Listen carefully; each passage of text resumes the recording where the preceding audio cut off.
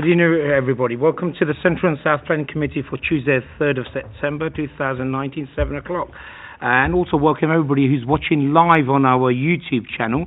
The detail of the business to be considered today is shown on the agenda, copies which are available in the room, and also accessible online under live broadcasts. For those present in the room and intending to speak, you only got speaking rights if you've got a petition and you're on the list. You will be recorded and made public. You'll be seen, but you'll only be heard if you're toggling on toggle off using our microphone. The camera's angled away from you guys, so the only people I've seen are on the table. We've done that. Fire alarm. I'm not expecting a fire alarm. If it goes off, it's the real thing. Go back out the way you came, or to my right, and we meet outside the Miller's Tap, which is for a license meeting, not a planning. Yeah, that's fine. Sorry. That's my other life. So mobiles, please make sure, especially members, switch them off, and members of the audience as well. We also have some resident feedback forms, so please do fill them out. We don't see them. They do go to the council how we can improve how we have these meetings. Introductions. I'm Councillor Roy Chamdale. I'm chairing today because the chairman is off, but that will be later on. You have lots of councillors here. These are the decision makers. I only come into it, voting-wise, if there's a tie.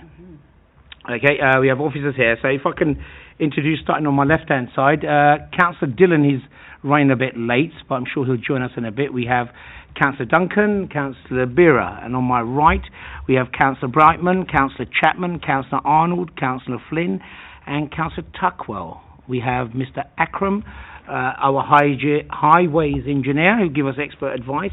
Meg Harani will be presenting all the applications which are here today. We also have James Rogers, who's head of planning and enforcement. Like everywhere, we have a legal. We have Kerry Monroe, who will make sure that we follow all our legal framework that is around, and Anisha will be taking minutes of the meeting. Right, let's move on to the agenda. Apologies for absence.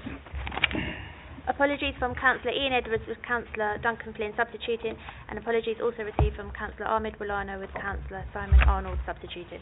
Okay, any interesting matters coming before the meeting? Excuse me, Chair. Sorry. Yeah, I'd just like to officially record Councillor Dillon's lateness. He's just been delayed, but he will be attending.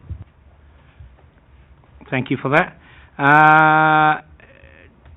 Where do we get to? Declaration of interest in matters coming. Any interest? No interest. Right, the minutes of the previous meeting held on the 6th of August 2019. Agreed? Agreed. Okay. Right, matters that have been notified in advance urgent. We do have an addendum sheet. My one seemed to have gone missing. No, we got some comments on that. There we go. Thank you. So everybody's got an addendum sheet, yeah? Okay, to item 5, to confirm the items marked in part 1 or part 2. Part 1 is in public, part 2 is in private because it does involve enforcement. So it may go to court, might be prosecution. So that's why when we do get to that stage, if there are members of the audience still left, members of the public still left, I will ask you to leave. Right, we move on to first application, number 6. Right, okay.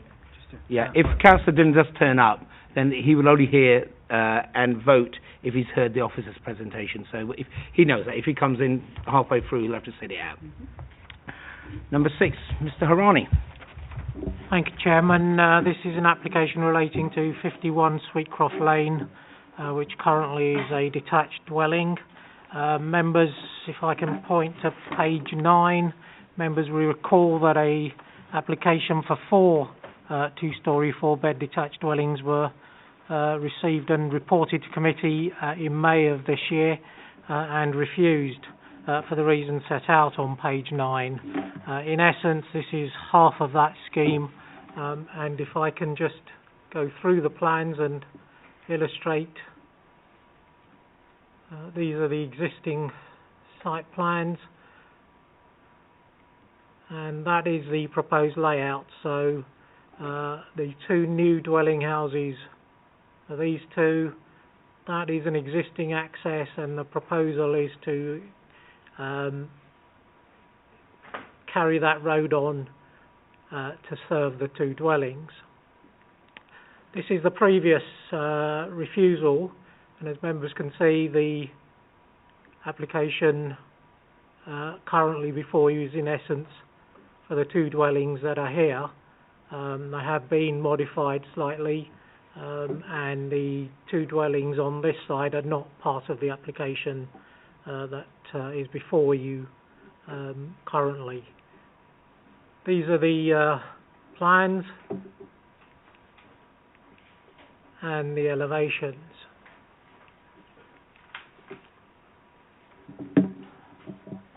Your officers consider that the development has not overcome the previous reasons for refusal in terms of its siting and layout, and in terms of the space about the buildings and the coverage of the site. So even though the number of dwellings has been reduced, we still consider that the application doesn't comply with the council's policies in terms of its appearance, its character. The site is within the Hillingdon Court Park area of special local character, which is defined by large dwellings in large plots with space around them, and your officer's view is that this particular development doesn't reflect that spacing around the buildings, and therefore we feel that it is not in character with the buildings, the siting or the appearance and design of them. So it is recommended for refusal for that reason. In terms of the addendum sheet, we did receive comments following the publication of the report from the agent. Those comments are set out with the officer's comments in the right-hand column. The scheme has been assessed on its own merits, and the reasons for refusal reflect the development as proposed, and is not refused on the basis that it will set a precedent.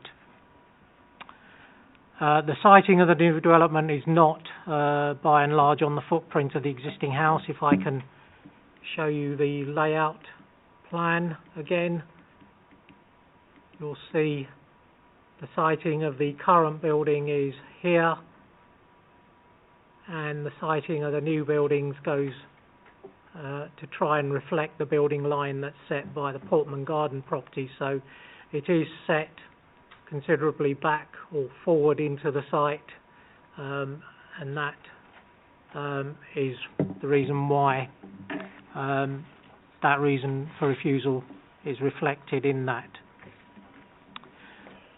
The agent states that the building can be demolished. That is the case. It is permitted development. It has been for a prior approval process. However, there is no permission for the development of the site, so it is not the case that the loss of the garden is been accepted by the fact that the building can be demolished. The conservation officer has not commented on the design of the dwellings, and in your officer's view they are unacceptable. So to state that the development is acceptable in appearance in your conservation officer's opinion is not the case, and the scheme is not broadly acceptable, and there are fundamental issues in relation to the principle of redevelopment and the siting size, scale and design of the proposed scheme. So it is for those reasons that the application is recommended for refusal. If I can just go back to the photographs. Currently the existing dwelling is served by an access off Sweetcroft Lane, which comes down here, and the proposal would close that off and use that access or create a new access from Portman Gardens. This is the existing property and the access to it, and that's the adjoining properties. These are the adjoining properties on Portman Gardens.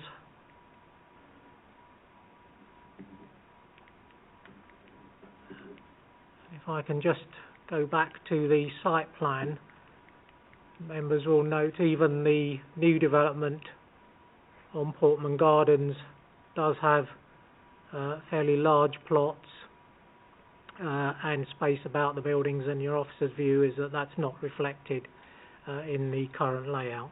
Thank you, Chairman. Okay, we have a petition for this. Do we have the organiser, Harminder Webber? Okay, we'd like to come up to the front, sir. I'll just explain. You've got 5 minutes. We use a traffic light system. It's 4 on amber, and then when it gets 4 on amber, you get at least a minute left. And once it gets to red, I'll have to ask you to stop so to be absolutely fair to everybody else. So when you're ready, just if you toggle on, press it on, and then we'll start the timer. There's a little switch on the front. Okay, just bring the microphone to yourself. Thank you.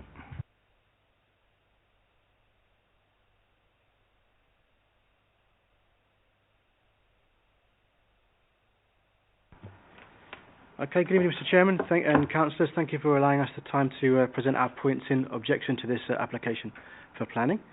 I'll start by saying the first point here is to do with conflict of local character in the area. So just a quick summary to enter here is that this I believe is an obvious ploy of this application to put through the previous application for 4 houses in 2 phases. As the officer has already mentioned in terms of the layout and the plot, you just have 2 houses on this application on the north side of the plot, and the previous application had on the north and south.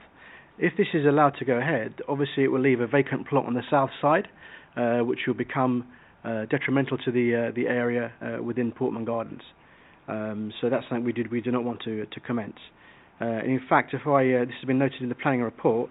I refer to paragraph 701 in the planning report, and I quote from there: the 2 properties will be constructed on the north side of the extended Portman Gardens access, and the south side to remain as open land.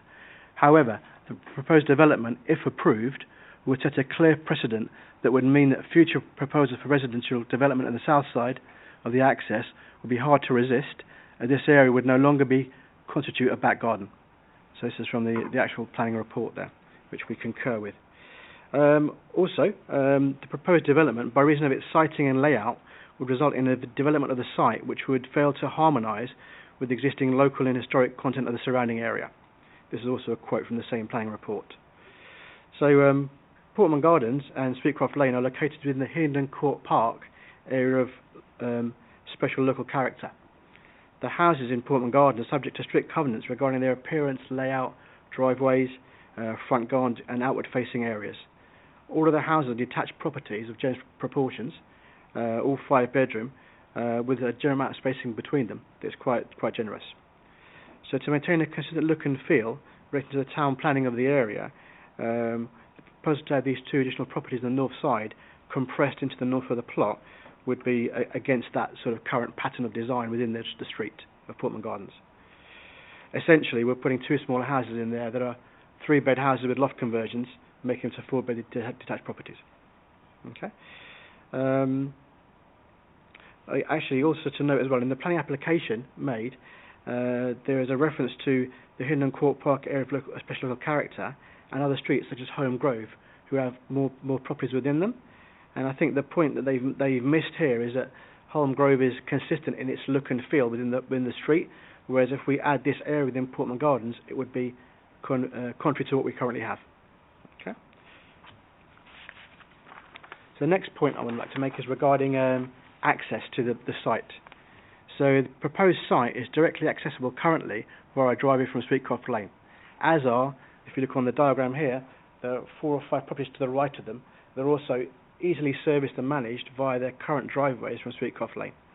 And just to support that, in the applicant's planning application, there's a section 9 regarding vehicle parking, and they've said on there that the difference between current parking spaces 2 and proposed parking spaces 2, net difference is 0.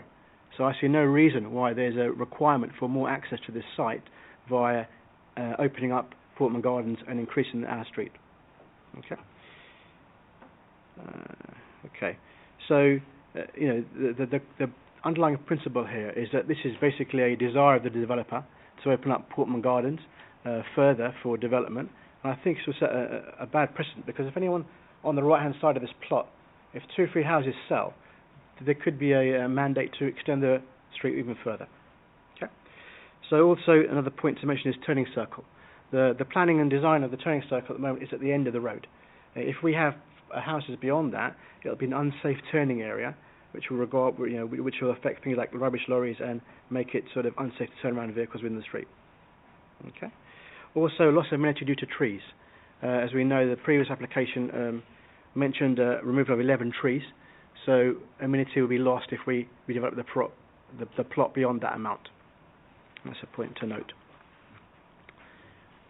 Also, at the end of Portman Gardens, there is a tree there which has nesting birds within it, which is outside my property, number 21 Portman Gardens. So that's also something we object to, having that removed. Also, site traffic. So within the 1 or 2 years of this construction project, there'd be an excess amount of traffic and vehicle movement within the road that wasn't designed for that purpose. This obviously affects things like emergency vehicles. If you'd like to just finish off now, because we've reached the last 5 minutes, sir. Yeah, no, first, that's my final point. Okay, so in summary, we object for the okay, reasons thank you for given. that. Thank you. Members, any clarifications, questions? No? Okay, so if you'd like to take your seat. Applicant or agent? Do we have Mr. Jeff Gillett? We have somebody else. Okay. Switch that off for a second. Yeah, same rules apply, 5 minutes. 4 minutes on amber, and once red come, I'll ask you to stop. Okay. In your own time, sir.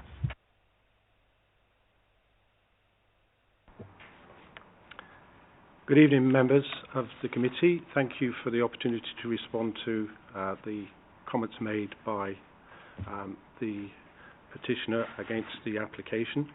I am Jeffrey Gillett, a chartered architect, and I act for the agent. And I would dispute the fact that the application is not being unfairly treated as not on its merits, and as clearly from the report, which states, if approved, the development would set a clear precedent for development to the south of the access road. And that's put forward as a relevant point in your consideration of the application. So to say in the addendum item, the scheme has been assessed on its merits, reason for reflect this. I can't see that really makes any sense. And the petitioner, who's just made his presentation, refers to the precedent, wrongly I think, the precedent argument. The scheme has to be considered on its merits. And I think the drive of the report doesn't do that. It introduces the idea that we're going to approve this, and we're going to be forced to have something else. If an application comes forward later on with 2 further houses, that has to be considered on its merits also. We can't have a statement like, if approved, the development would set a precedent for development on the south side of the access road, and say we're not considering it as a precedent case. That's my first point. The second point is the back garden aspect of the site, and I hear what Mr. Harani has said regarding the back garden and the cycling, and the plan is on the screen here. Unfortunately, we haven't got the existing house, which is set further forward in this location here. And the argument is, well, we've lost some back garden.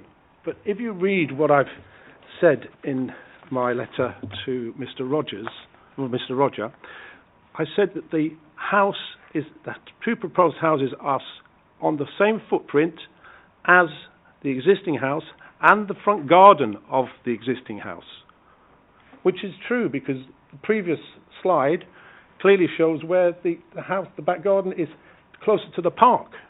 So my statement is correct.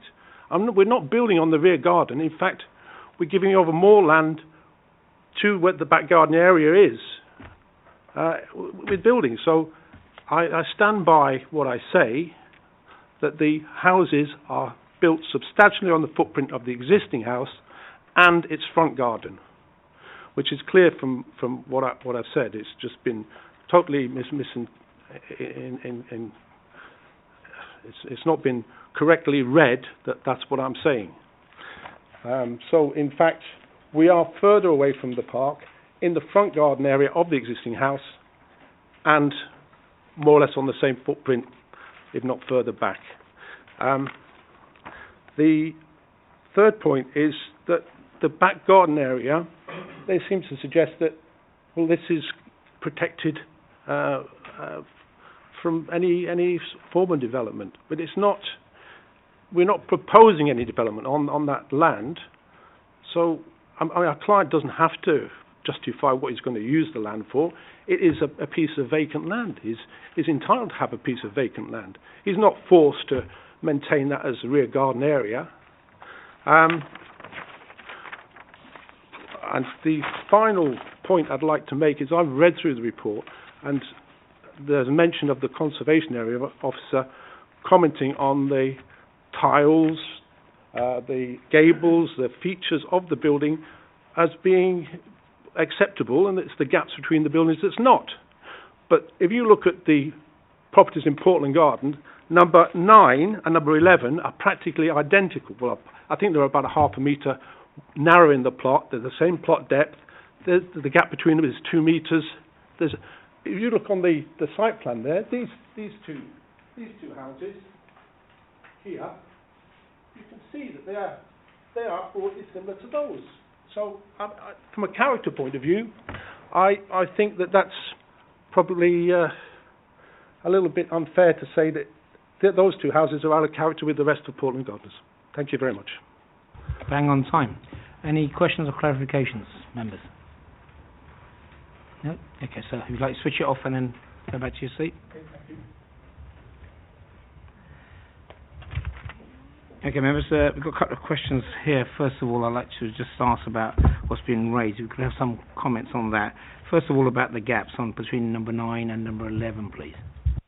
Thank you, Chairman. I think what we have to consider in terms of the character of the area is not 1 or 2 properties, but what is the character of the area in general, and in particular the Hillingdon Court Park area of special local character. And that that character is defined by space around buildings. You will always find exceptions to that if you look for them.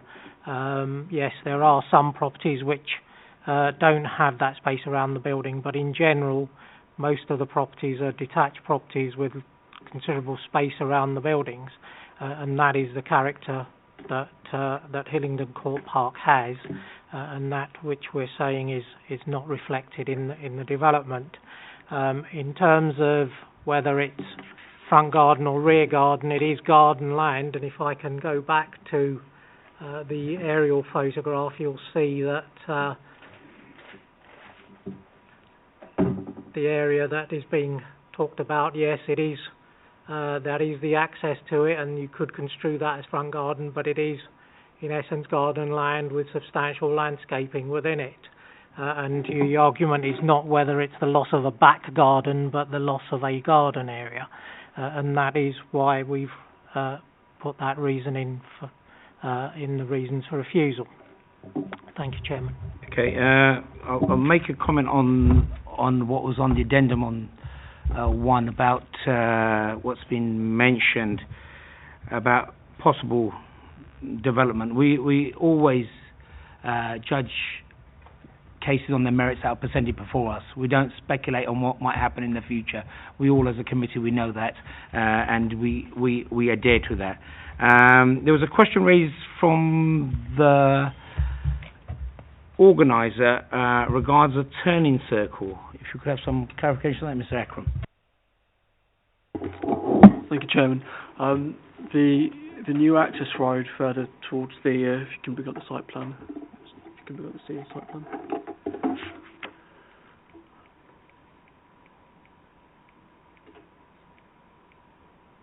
Yeah, so the new access road, which stems on the just right of the turning head, it fully conforms to current DFT guidance. It's relatively short in length, and in terms of collection distances for refuse vehicles, it fully complies. So we wouldn't be able to sustain a reason for refusal at an appeal scenario should it go to appeal. So on that basis, we'd have no objections from the highways front. Thank you, Chairman. Okay. Questions, members? Any questions? No? Mr. Rogers. I just wanted to make, before members vote, a very subtle change to refusal reason 1. Fourth line down, it says existing private rear garden area.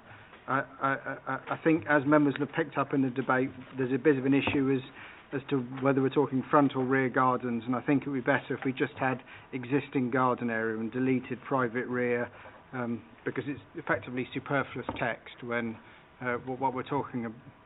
The officer opinion is there's garden affected, and I think we just need the words garden area. Thank you, Chairman. Okay, somebody going to lead on this? Councillor Tuckwell. Yeah, thank you, Mr. Chairman. I mean, for me, we had this a few months back. The loss of a garden and squeezing sort of the properties into the plot that we can see on the screen there. I'm comfortable with the officer's report and happy to move the officer's recommendation. Okay. Councillor Arnold. Thank you, Chairman. I'm happy to second that. Okay, now comes the votes. All those in favour? Oh, sorry. Done it again. Do apologise. Sorry about that. Councillor Graham. I remember Ian done the same thing. He forgot all about it. He kept there quietly. I do apologise. Sorry.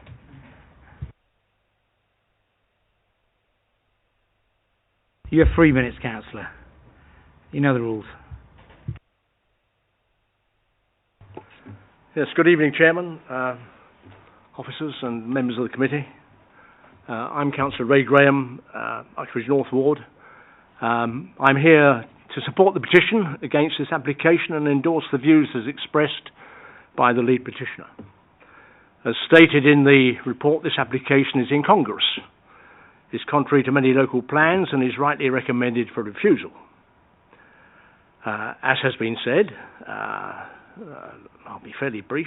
The site is within the Hillingdon Court Park area of special local character, and as such fails to harmonise and would have a detrimental impact on the general local appearance, and is, I feel, to some extent, a garden development, as has been mentioned. Furthermore, the plans as presented do not, in my view, reconcile with the pattern of built local developments in terms of proportion, and would not lead to an overall enhancement of the locality.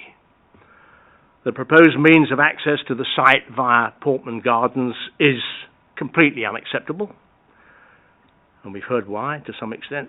Any changes on this 51 Sweetcroft Lane site should be via the existing entrance from Sweetcroft Lane and not Portman Gardens, and any change made should meet this alignment.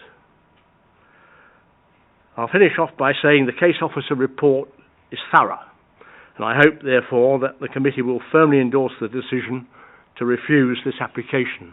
Thank you, Chairman. Any questions or clarification on that?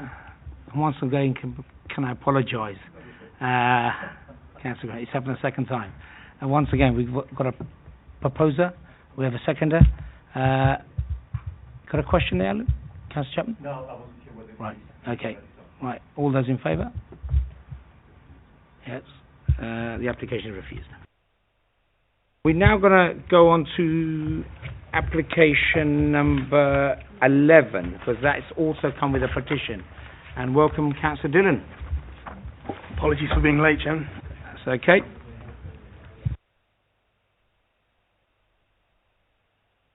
Fire away, if you may. Thank you, Chairman. Members will recall that this was reported to the committee in August, where it was deferred for a number of reasons. First, that insufficient information relating to accessibility and internal layout had been submitted for members to reach an informed decision. We have received new plans, and these show that the dining area will be limited to the ground floor only, which provides a fully accessible toilet. The mezzanine level, which is fairly small, will have customer toilets, but it does not include any other public space, and the first floor doesn't include any public space at all. There is no lift proposed currently. However, there is space left, and a indicative drawing or indicative layout has been provided, which shows that a lift could be installed if required, which would cover all 3 floors. The applicants have also confirmed that a plant area has been designated for this unit at the roof level within the shopping centre, and that any extract equipment will go out to this plant area. They've also confirmed the operating hours to be between 8 o'clock in the morning and 12:30 in the evening, and in this location that is considered acceptable. There are a small number of residential properties dotted in and around on the first floors mainly, or on the upper floors above the commercial units, but in the main it is a commercial area, and there are other evening uses surrounding the location. So we feel that 12:30 in the morning is acceptable. So all in all, the additional information that has been submitted is considered to be sufficient, hopefully for members to reach a decision. If I can point to page 77, we do have the comments of the access officer following the submission of the revised drawings, and he feels that the accessibility provisions that are made are reasonable and acceptable. Thank you, Chairman. Sorry, just show you the new plans.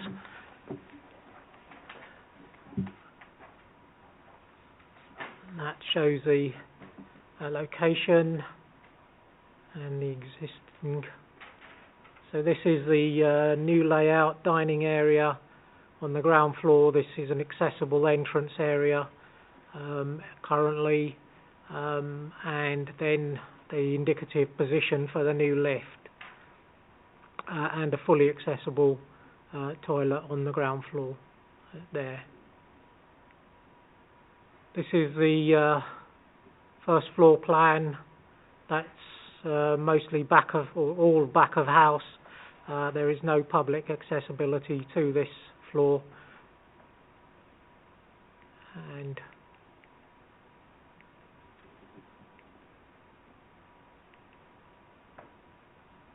so we feel that there is sufficient information now. This is the plant area and roof area,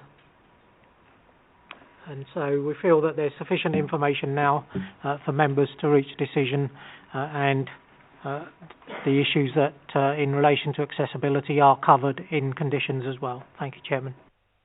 We have a petitioner here, do we?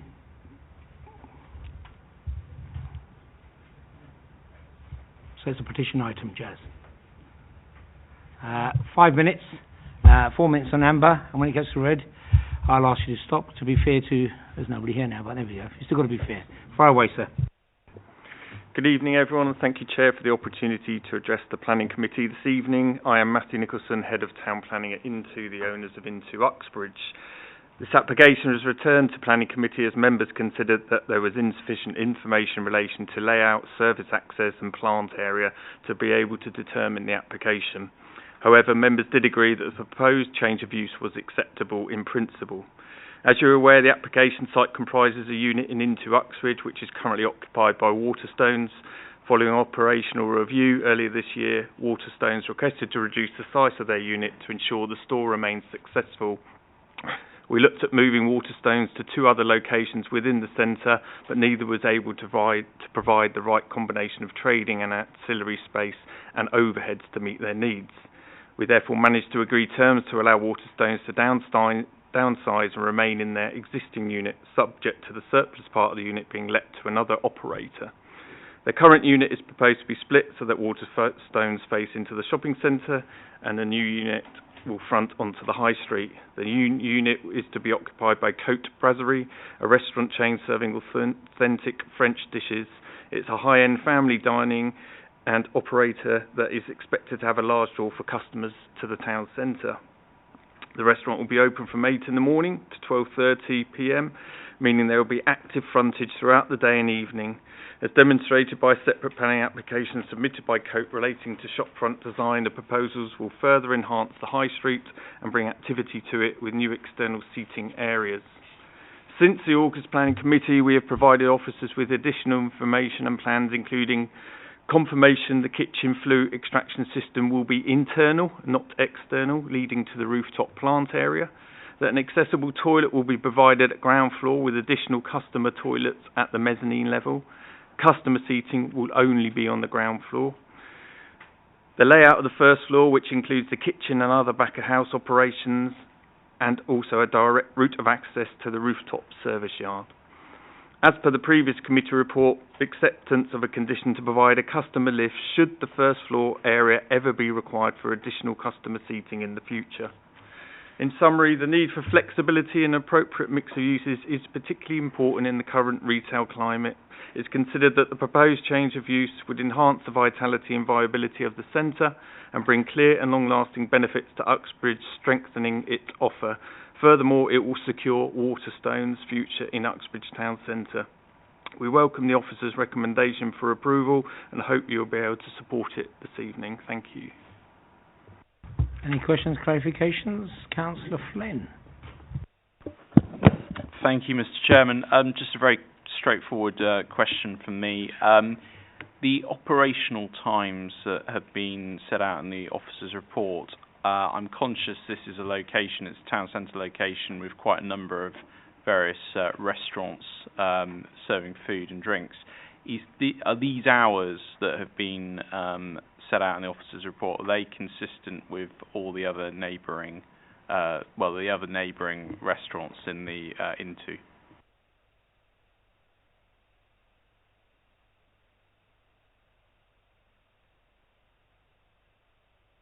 Maybe that's one for officers to pick up. I thought you might know, but that's fine. Councillor Chapman. Thank you, Chairman. Can I just confirm my assumption that all the servicing of this unit will be done by the internal walkway that gains access on the first floor? Sorry, could you just speak around, otherwise we won't... Sorry, yes, from the rooftop service area, then they come into the first so there won't be any servicing from the high street, the front, no. so to speak? No. Okay, thank you. Is that it? Any more questions? Councillor Dillon? No questions. Okay. Okay. That's it. You can go back to your seat, sir. All right. We've got an application here from previous. I know Meg said, here's the new plans. I think these are the plans. We didn't have much last time at all. Councillor Dillon. Yeah, I think we went through it quite a bit last time. Had a few questions. I think they've been addressed. I'm pretty happy with it. I think those who were here last time seem to be happy with it. So I'll move it. We accept the officer's recommendation. Councillor Brightman. Okay. All those. Is it a question, Mr. Borough? No. Okay. All those in favour? Yeah. Okay. You've got it, sir. Thank you.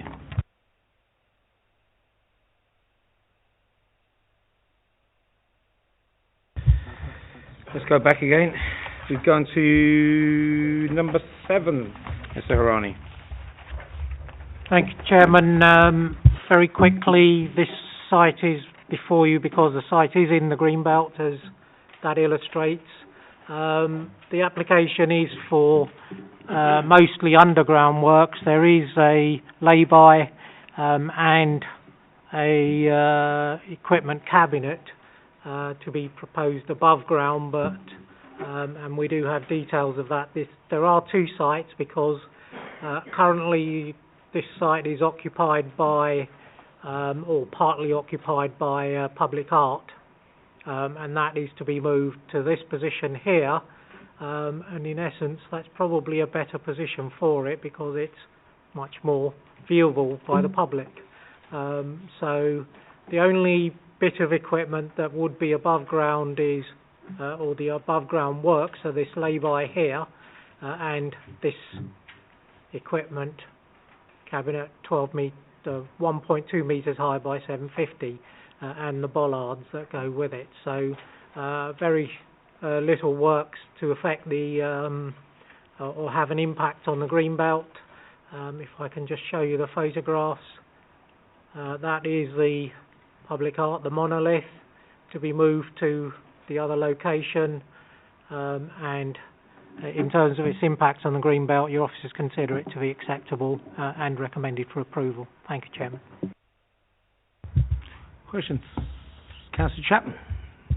Well, it's not so much a question, it's just an observation. I think, to be honest, moving public out and putting this there might be an improvement, but that's just to my taste.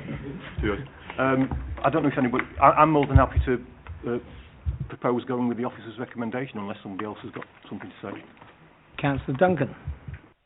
Thank you, Chair. I noticed that the contaminated land officer speaks about there may be contaminating substances present in the ground at depth, and there's just an informative proposed. I know that previously we have found a lot of contamination in the area, some of it quite dangerous, certainly when it was being cleared, because it was a former quite extensive waste site, as we remember. It is an informative. Is that sufficient to cover any risks? That's on page 25, point 3. I think the reason why it is an informative is, as you said previously, when the site was originally being developed, it probably had quite a lot of contamination, and that was dealt with, as it were. So it's just a cautionary informative to say the site was previously contaminated. You need to be careful when doing the works, really, but in essence the contamination has previously been considered and dealt with when the site was developed.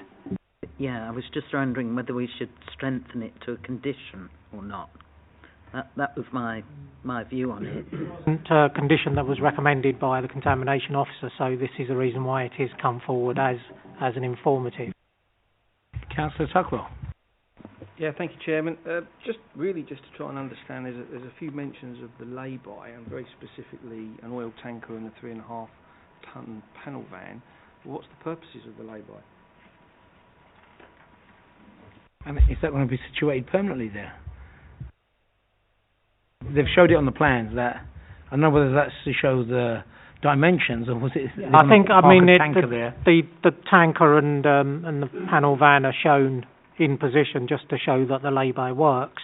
It's not a permanent parking area for a tanker and or any van. I think the lay-by is for servicing generally. So it's again the reason why they're having the underground equipment and so on is to service the site as opposed to just one building and so on. So it's to sort of deliver to the site rather than to one building. So it is to serve the site, and that's why it's a fairly large lay-by in terms of a 3.5-ton panel van and tanker. I think, obviously, Greenbelt, does it meet the test of very special circumstances? I believe it does. Anybody taking this forward now? Councillor Arnold. Thank you, Chairman. So, again, on that lay-by, is there any worry that it may be used for people parking and waiting and that sort of usage while the tankers aren't there? It's unlikely because the site or the individual buildings are served by quite large areas of parking, so which are not fully occupied currently. So there's no there's no real requirement for additional parking on the site to be provided, or real clamour for it to be provided. So we're confident that it won't be used for general parking. Councillor Duncan. No, thank you. I think that it's very minimal, as you say. It's within the green belt, but respects that so much of it's underground. I move officer's recommendation. Okay. Anybody seconding? Councillor Birra seconding. All those in favour? Unanimous. Thank you. Move on to agenda item number 8.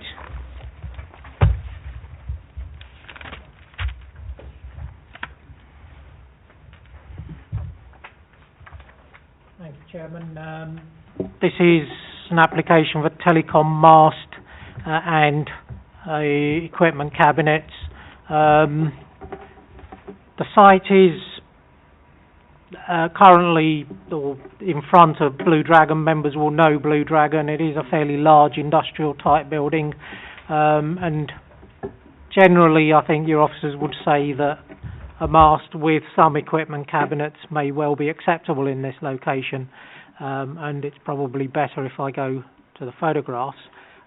So the mast would be sited in this position here in front of the building. The issue that your officers have is the number of cabinets and the size and scale of them. And if I point you to page 39, section 3.2, you can see the number of cabinets. There's 9 cabinets and 1 cabinet retained, so 10 cabinets in all. And you can see from the heights, there are 5 that are at least 1,800 metres high, which is 6 foot in old money. There are 2 which are just under that, 1,500 and 1,600, and 2 others which are 1,200 and 1,300.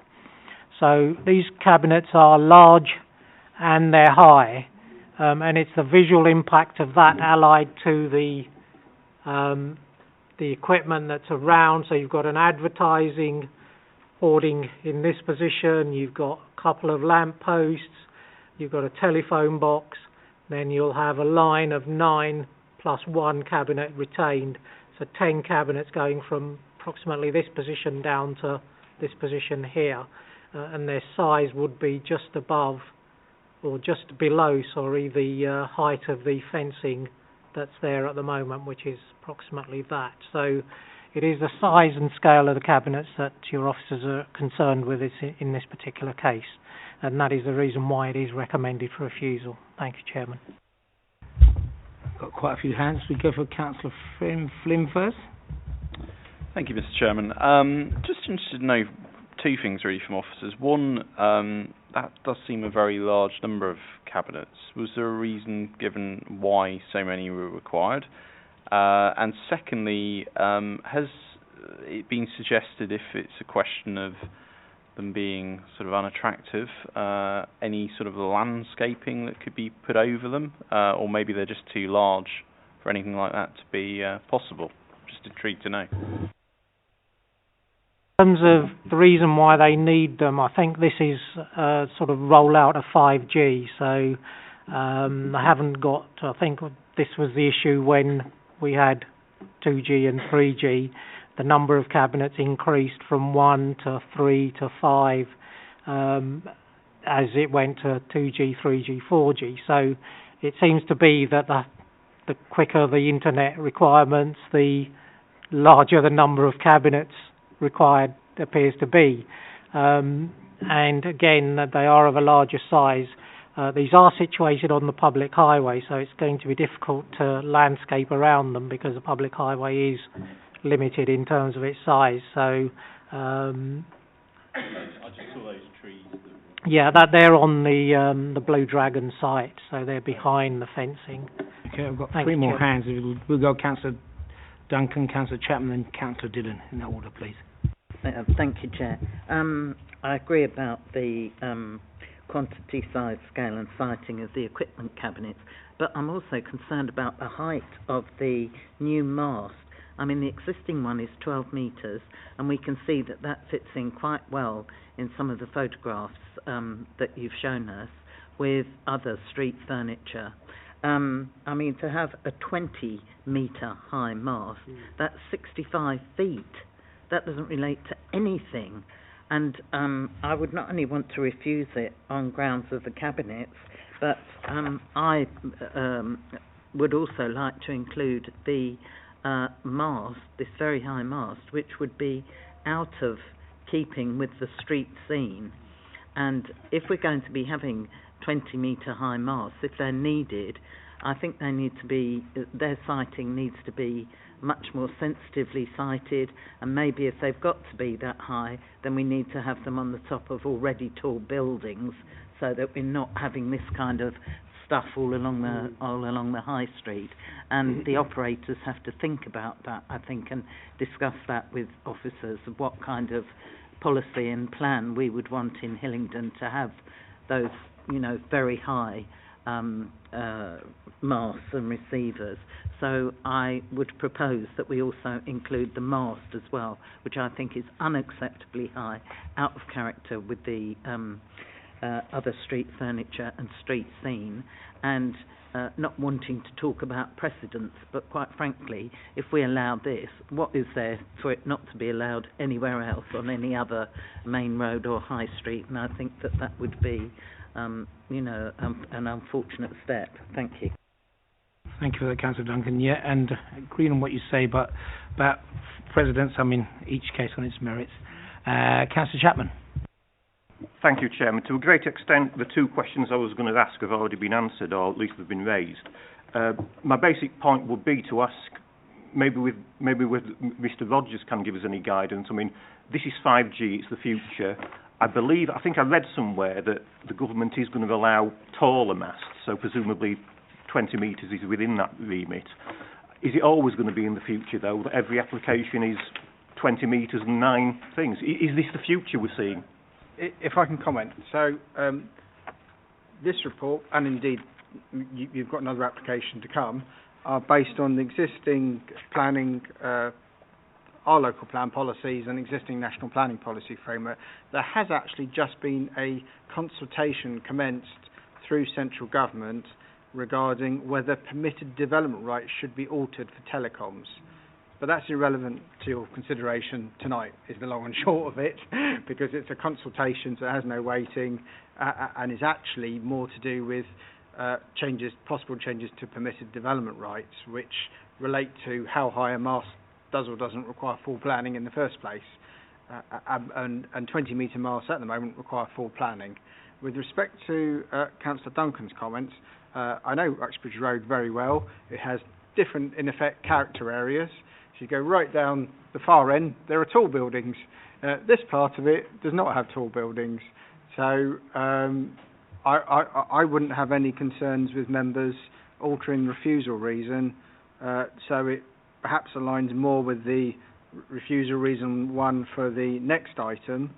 I mentioned that because refusal reason 1 for the next item basically relates to a mast and cabinets. And I believe what Councillor Duncan was saying is she thinks this reason should be revised to refer to mast and cabinets. So I wouldn't, obviously part of my role is to caution members or to argue against any recommendations that might come from committee, but I'm not arguing in this case.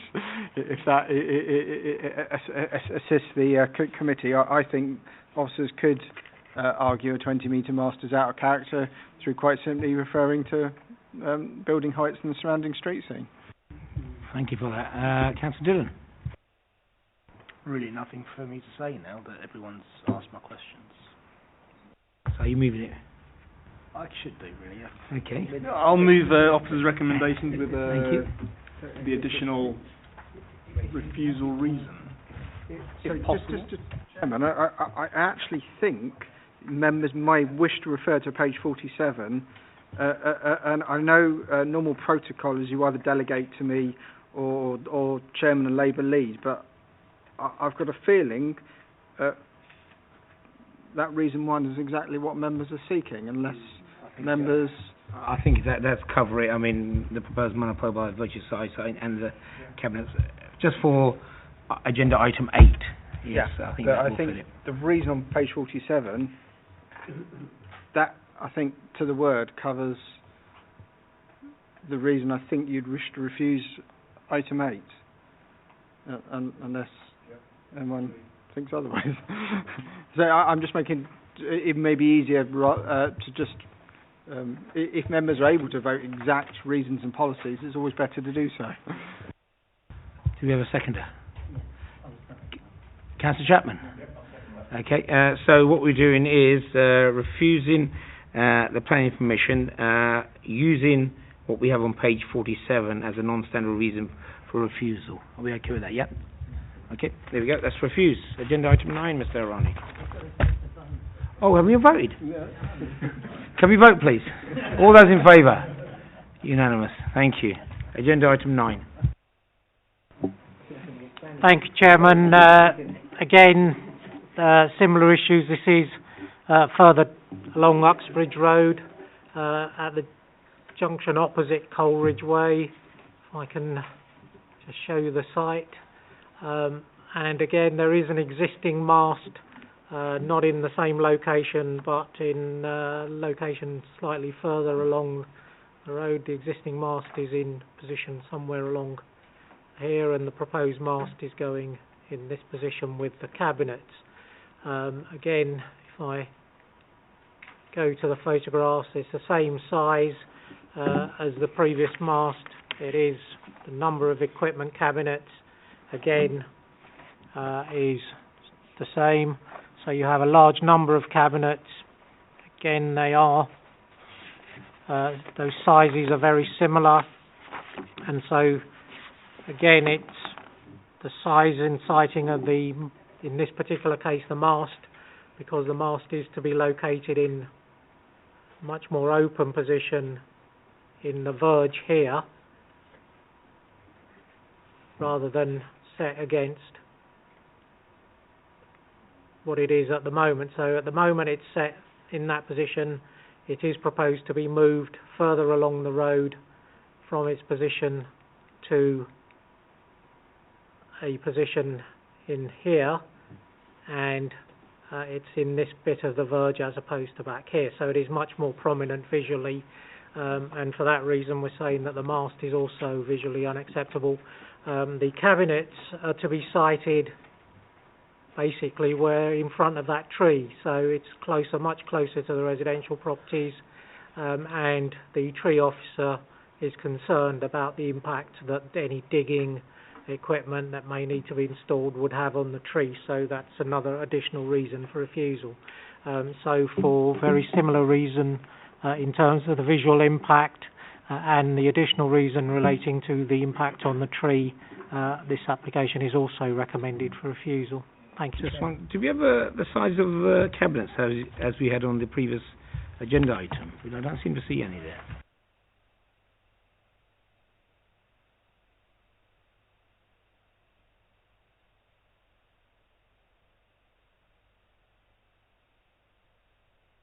We don't have actual sizes like we had on the previous one. What size of the cabinet's going to be? They're the same size actually, but we don't have the them set out in the report, unfortunately, but they are the same size. I just think it's a good idea to have them. So is a guide in future, should we say one sort of 1 foot by 1 foot cabinet compared to what we are asking for? Okay, yeah. Councillor Flynn. Thank you, Chairman. Yeah, for me this is even stronger than the previous one because you've got the residential properties very close to the site and also the tree issue as well, which we didn't have previously. So very happy to go with officers' recommendation on this. Councillor Dillon. Sorry, a question for officers. Probably 4 or 5 years ago now, in a POC, we talked about cabinets and holes and things, and it was discussed that we would, and I don't know if it went anywhere, but when we were at consultation, we would actually speak to the companies and say, why don't you try to wrap these cabinets so they're less visible. You know, you could actually blend 9 cabinets so they look like the fence there. Take a photograph and they blend in. Did that get anywhere? Do you know? There was a public art project which did result in 3 cabinets being wrapped. I was involved with the POC, so there's a reason why I've jumped in rather than Mr. Arani. And I remember the question was put to the representatives of the telecom industry of everything in terms of technological advances is getting smaller, why aren't the cabinets getting smaller? And they just didn't have an answer for it. And that's one of the problems we've got, is that it kind of slightly beggars belief that we need 9 giant cabinets, given technological advances, and there is no answer that was given to the POC, and there's no answer to this day that I've ever heard from a telecom company on any of these applications, and I can see Meg's concurring, and that's the problem they've got, that I don't think telecom companies feel there's anyone putting enough pressure on them to reduce the size of the cabinets. Hence, we are where we are. And with respect to the issue of public art, and I think one of the problems we've got is that these cabinets are now so big, I'm not sure we'd even go down that avenue, especially when you've got 9 cabinets being proposed. So, as officers, we just cannot explain to you as a committee why they need 9 and why they're so big. But I did do, it was that kind of thing was raised at the POC, and yeah. It's not part of the application, so it's a good talking point to have outside. Councillor Duncan. Yeah, thank you, Chair. I think that although the information about the size of the cabinets isn't given in the report, they are shown on the plans, and it's the plans we approve when we make our decisions. So I think it shows there, the size and of some of these. So they are quite large structures. We've got a proposer, seconder. Do we have one? So many hands. All right, we'll go for Alan Chapman. Councillor Chapman again. All those in favour? Okay, it's refused. Agenda item 10, Mr. Harani. Thank you, Chairman. This item is before you as it previously related to enforcement action on the site. That action has been resolved. If I can just go directly to the plans.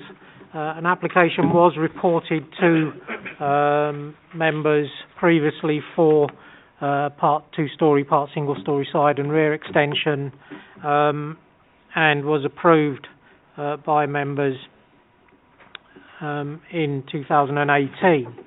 And this is a slight increase in the size of that. It's difficult to tell, but there is a red line which goes in essence along here, down here and along here and down here. So it increases the size of the extension at single-storey level by 1.3 here and 1 metre to the rear from the previous approval, and the red line was probably viewable on your plans.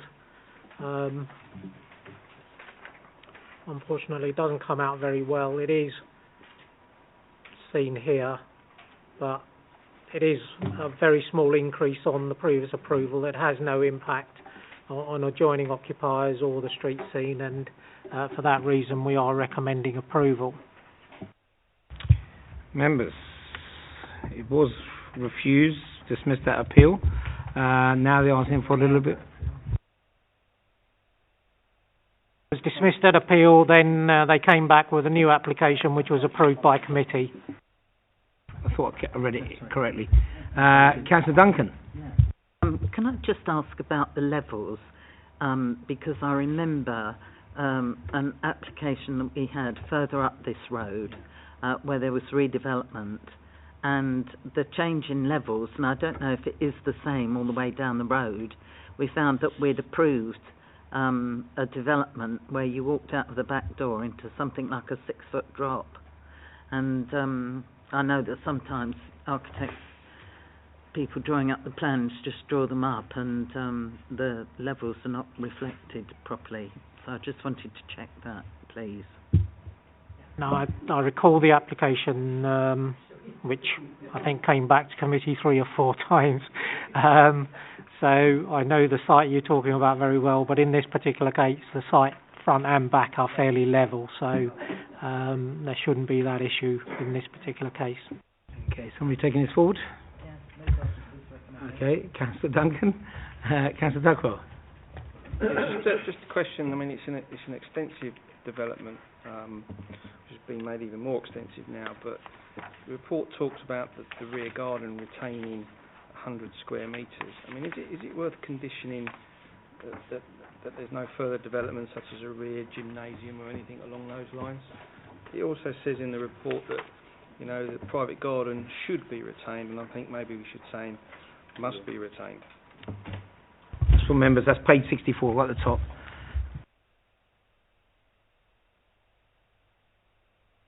Mr. Rani. Thank you, Chairman.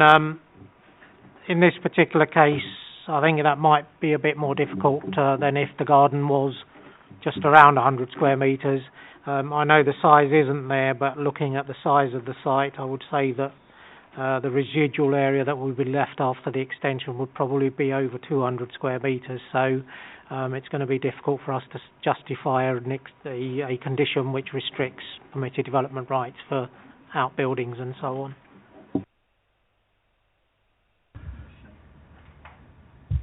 Office, take it forward. Which one? Councillor Dillon? I'll move officer's recommendation. Councillor Borough. All those in favour? That's approved. Now we move on to item number 12. Thank you, Chairman. This is for demolition of the existing buildings and a new building for two-storey building for 4 self-contained flats, associated parking and new crossover. Members will note in the summary that officers say that on balance this is a recommended for approval, and the balance argument is set out I think fairly clearly in the principle of development on page 94 of the report. You can see from that officers, clearly the issue is whether it's a proportional or proportionate increase in the size of the building over and above what was original on the site. And if you look at what was original on the site and the proportional increase, then you're talking about 165% increase over and above the original size of the building. However, there are buildings on the site. The property has been extended with permission, but also there are buildings that are on the site which have been there a very long time. They are lawful, and if you look at the second calculation that's made, which is that the original building plus the extensions plus the buildings that are on the site, then the increase is 22% above the buildings that are existing on the site. So your officers looked at the argument in terms of whether there was an increase, a disproportionate increase, and felt that given that there are authorised buildings on the site and that this would lead to an improvement in terms of the openness of the green belt, because if I go to the existing plan, then the existing layout is that the whole of the frontage is hard standing, and in essence the rest of the site is buildings.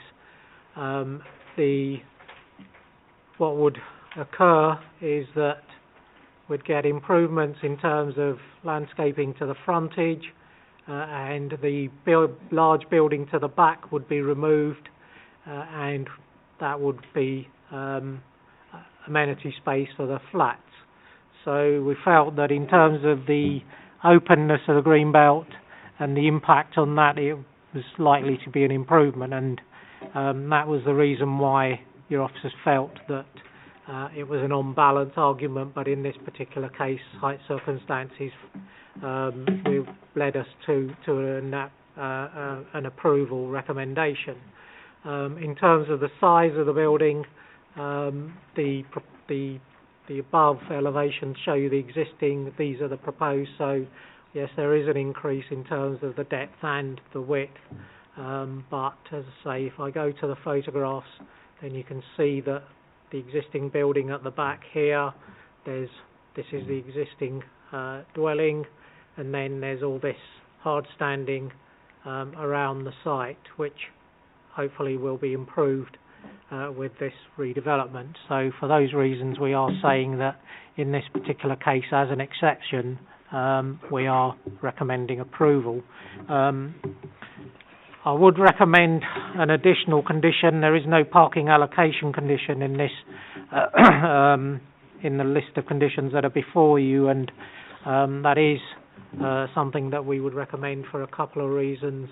One is that we need to know who's getting which parking space, but also there are bedrooms on the ground floor, and we need to make sure that the spaces allocated particularly close to those bedrooms are to those units in particular. So For that reason, we are recommending that additional condition.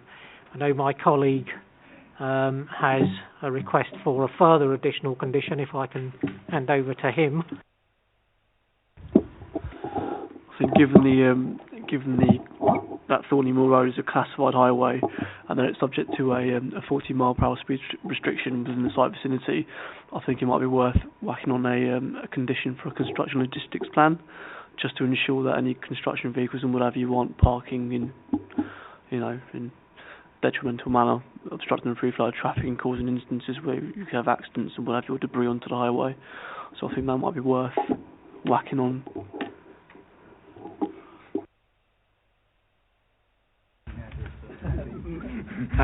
We have a long addendum on that, about equality, and we've got soft landscaping and hard landscaping, which Mr. Harani has said. Some questions, members? Councillor Tuckwell. Yeah, thank you, Mr. Chairman. Yes, good to see the addendum covers off some of the air quality concerns. I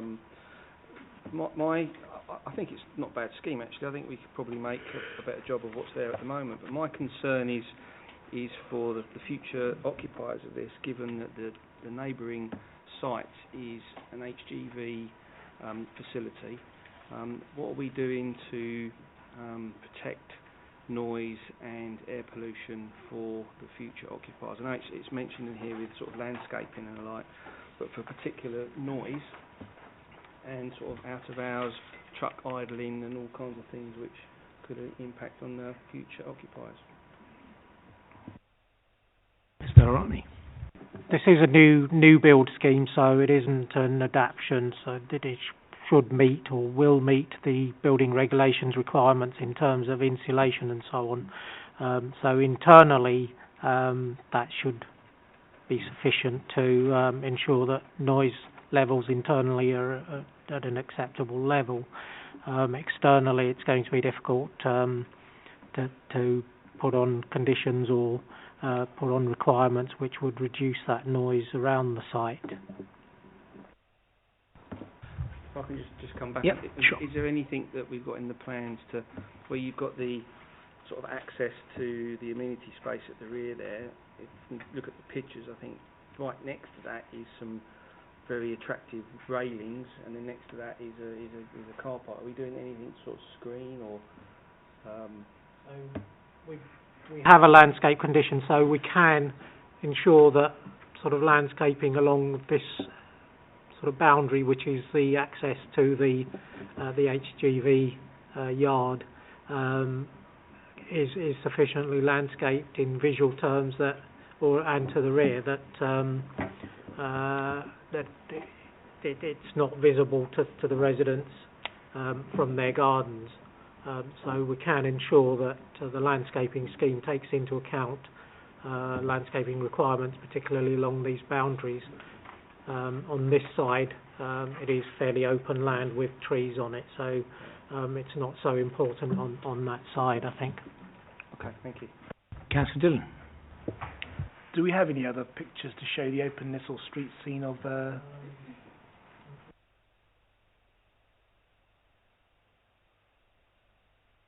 In essence, the access to the yard is here, and then you've got some parking, and then the boundaries that Councillor Tuckwell was referring to are these two particular boundaries, I think. On this side, as I said, it is fairly open, and there are a large number of trees fairly close to the site, so it's not so much of an issue there. Unfortunately, we don't have further picture, so you can see the trees overhanging the site from the adjoining site. I think the aerial photograph showed that quite clearly. Yeah. Karen Cassidy. And what are the operational hours of that facility? I don't think it's a facility that was approved. I think it may well have been one that grew, and therefore it's probably unrestricted.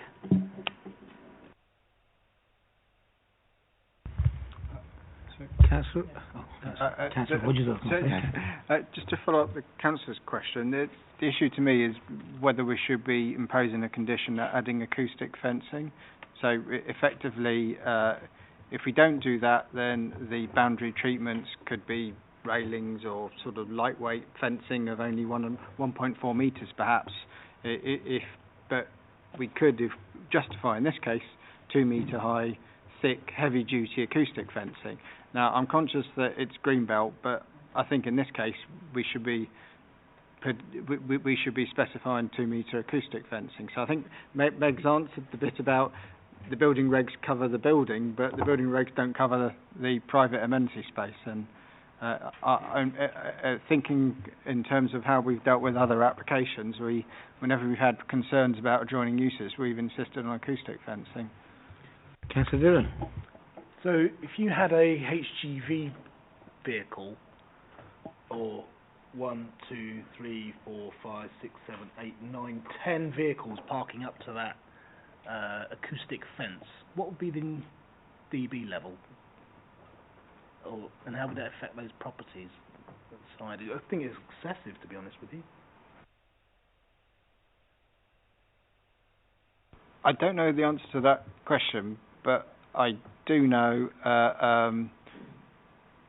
So if I can perhaps give a practical example, we've approved a large housing scheme at the Chaley Industrial Estate, but only subject to acoustic fencing.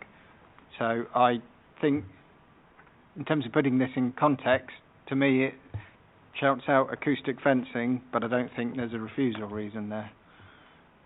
So my recommendation would be you delegate me authority to amend the landscaping scheme to specify acoustic fencing. That would be where I would sit on this.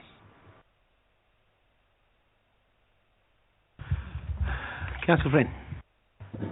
Yeah, thank you, Chairman. I'm just looking to get a bit of clarity. Is this site currently used for residential use? I know there's a cottage, although it doesn't look much like a cottage from the image. So it has an authorised use as residential. It has been extended. It is occupied as residential. There is a mobile home to the rear as well.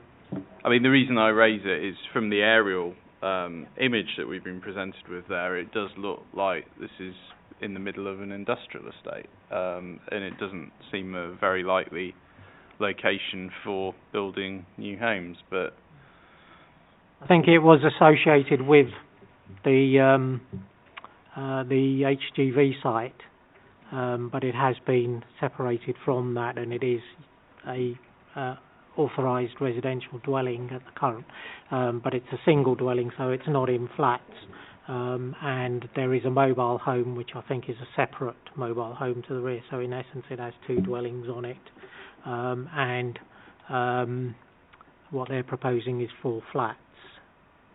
Can I just also ask, what are we doing with these HGVs coming and going all the time? Is there any concerns we have over safety issues for the residents, say if there are young children around in those homes? Are we doing anything to safeguard people who will live in these properties? Unfortunately, the HGV site doesn't have any restrictions on it because it sort of grew. It was, I think it still is within the greenbelt, but it's one of these greenbelt uses which kind of grows out of proportion very slowly, and eventually you get to a point where it is at the moment, and nobody notices, as it were. But it is authorised.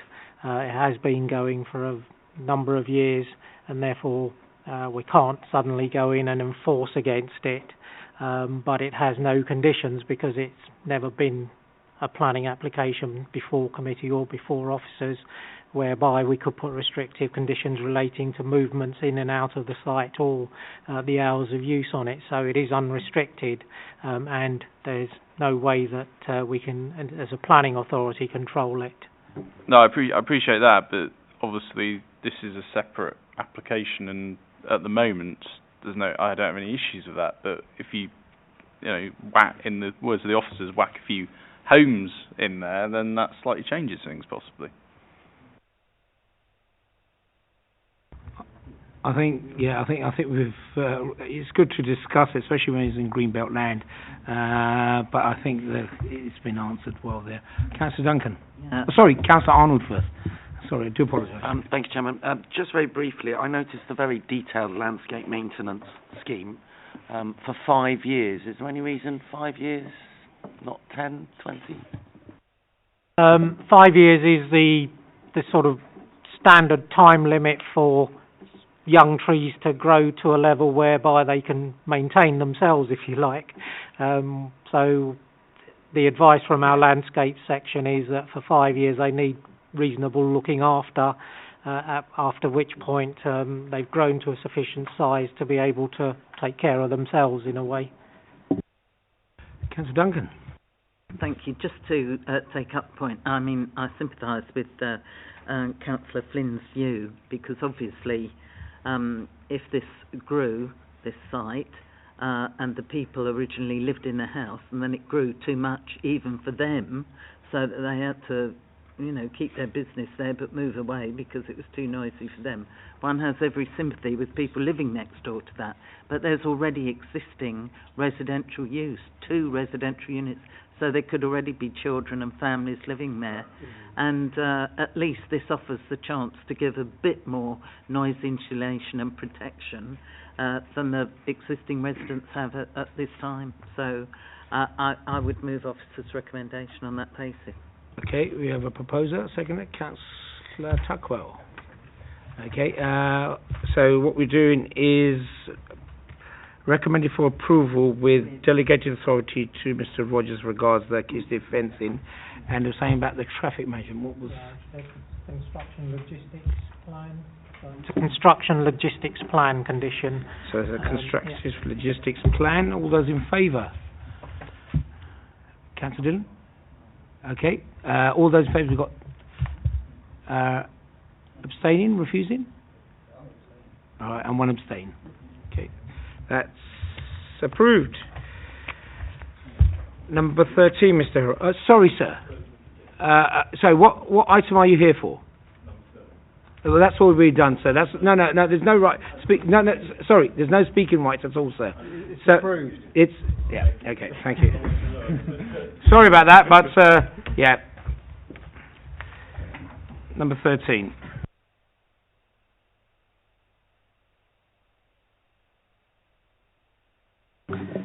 Thank you, Chairman.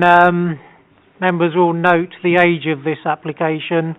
It was presented to committee back in June 2015, and members did agree the recommendation for approval, and it was subject to Section 106, which was negotiated and almost reached a point of being signed, at which point the applicants decided they didn't like the requirements within the 106 and said would like to revise. So that took about 3.5 years, and at that point they said, well, we'd like to change our plans, and then they submitted a whole new set of plans for us to consider, and that is the reason why this application is before you again. They don't want any restrictions in terms of the 106 requirements that were previously set out, which was that this was an affordable scheme to house homeless persons, in essence.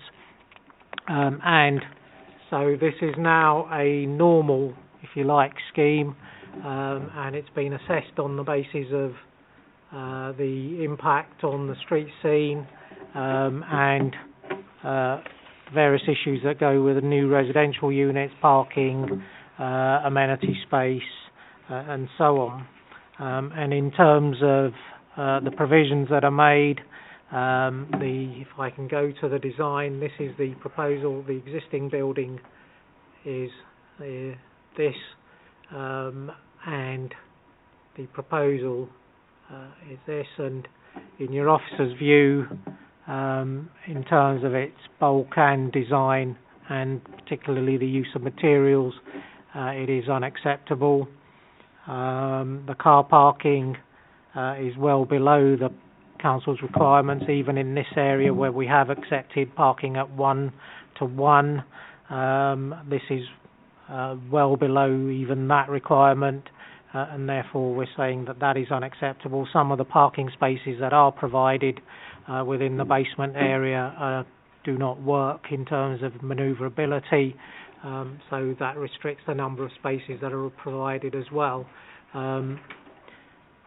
The cycle parking is also in some cases inaccessible if there are cars parked, so it's located within parking areas, and the amenity space that's provided is well below the requirement. So there are a number of reasons for this.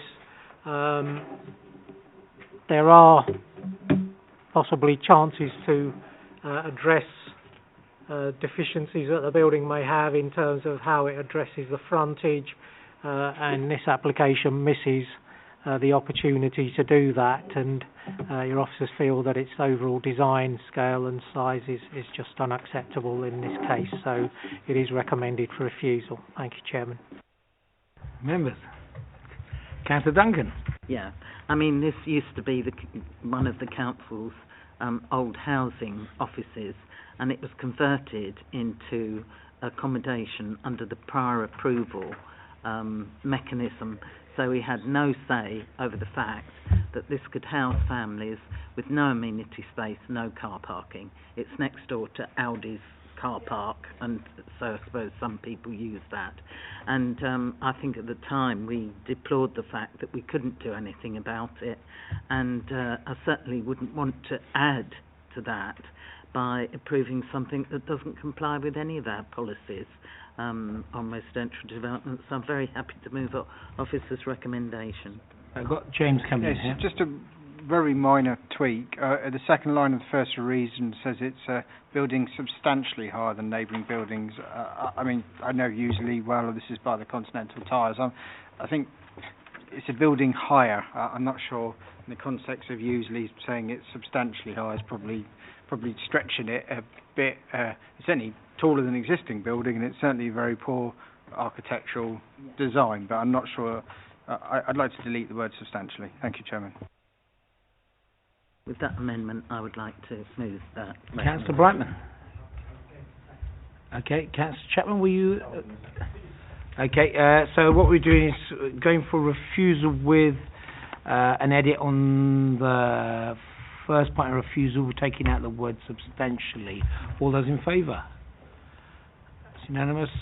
It's refused. Can we switch off the link, please? Then we go on to part 2.